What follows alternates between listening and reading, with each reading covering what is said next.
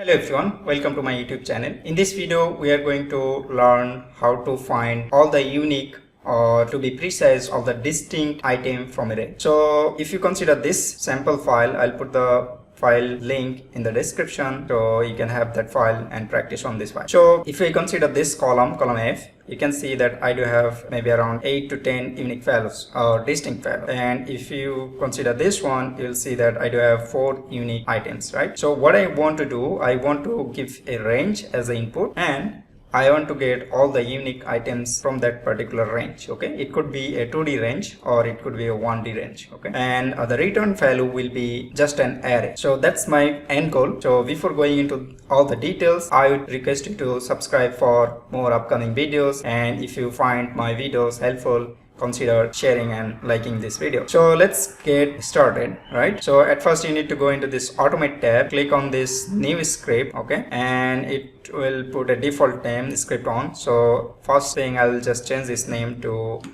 get, to be precise, distinct items. So let me just clarify what is the difference between distinct and unique. So basically, to be more precise and technical, a unique means that it only occurs only once, right? Like, you know, this bars comes multiple times. In that sense, it's not an unique, right? Because it has duplicates. But if we have only once instance, then we can consider that as a unique. Okay, and the distinct is just from all of these duplicates, remove all of the duplicates and keep only one instance. So that's the difference between distinct and uniques. So if you want to how to create something that will only work on unique items, that means we don't want to see the duplicate item, let me know in the comment section. I'll consider recording a video on that topic. So let's get started on this one. So at first I'll create a function, right? So function get distinct items, right? So at first it will take a range as an input. So I'll say data range, type will be Excel script dot range.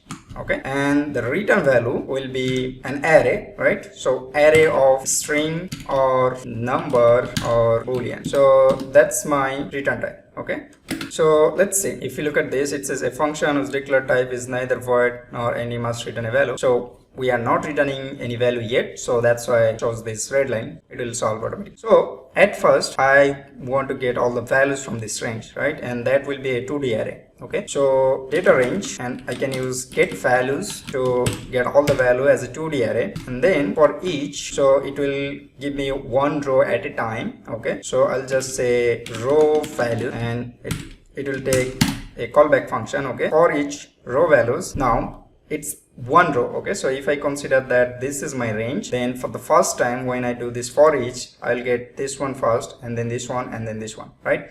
So from this one I need to run another loop, right? So what I can do, I can just say, okay, row value dot for each. So now I can call this as a cell value. So this is my cell value, right? Now I want to add this value to a distinct collection so that it doesn't have any duplicates, right? So that's the purpose of a set. Okay, so I'll declare a set that maybe I can say constant, so distinct items, and that is new set. Okay, now I'll just add distinct items dot add, and that is going to be cell value. If it is already existed, then it will just skip that. Okay, so now I'll have all the distinct items in that set. Now I need to convert this set to an array, right? So is I can say array dot from, and then I can just pass that set, and this is my return value. Now you'll see that, okay, the red line is coming from this section to this section now. And if you look at this red line warning, it says that type unknown is not assignable to type string, number or boolean. And that is because this set, I haven't specified what should be the type of this set, right? So let's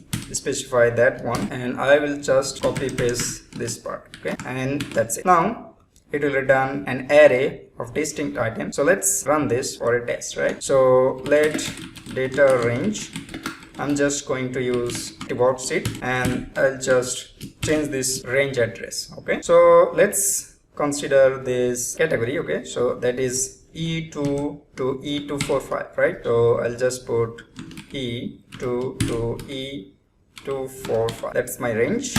And then I'll just say constant distinct items is going to be get distinct items, and that is going to take the data range and I'm going to print that in the console. So let's save this and then click on this run button, and you can see I get bars, crackers, cookies and snacks, right? And if you look at this, you say bars, cookies, crackers and snacks. Now let's consider this one, this product. Okay, it has a long list actually, so let's just change this to F2 to F245. Let's save this and run this again, and you can see it says 9 items, so I can manually count this 2, 4, 6, 8, 9. Okay, so you can see that now we can extract all the distinct items from a range.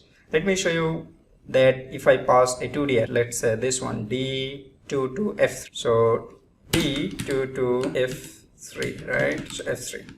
Let's save this, run this. Now you can see Boston, so that is the first item, bars, that is the second item, then carrot, that is the third item. So we have Boston again, so it's not adding that item again. Then we have crackers and then all wheat. So you can see that it doesn't matter if it's a one single column range or one row range. If you try, you can test it out for one row range as well, or it's a 2D range. Okay, so it will work for all of this scenario. And why I'm recording this video, that okay, why should I need to the distinct item, and let me answer that question. So our end goal is like, you know, create 4 sets for this particular category and get data for each of these items. So it will be like get the bars data and put it into a new set, and then move on to the next one and create another set for that one. So that's it for this video. Let me know about any thoughts on this video and have a good day.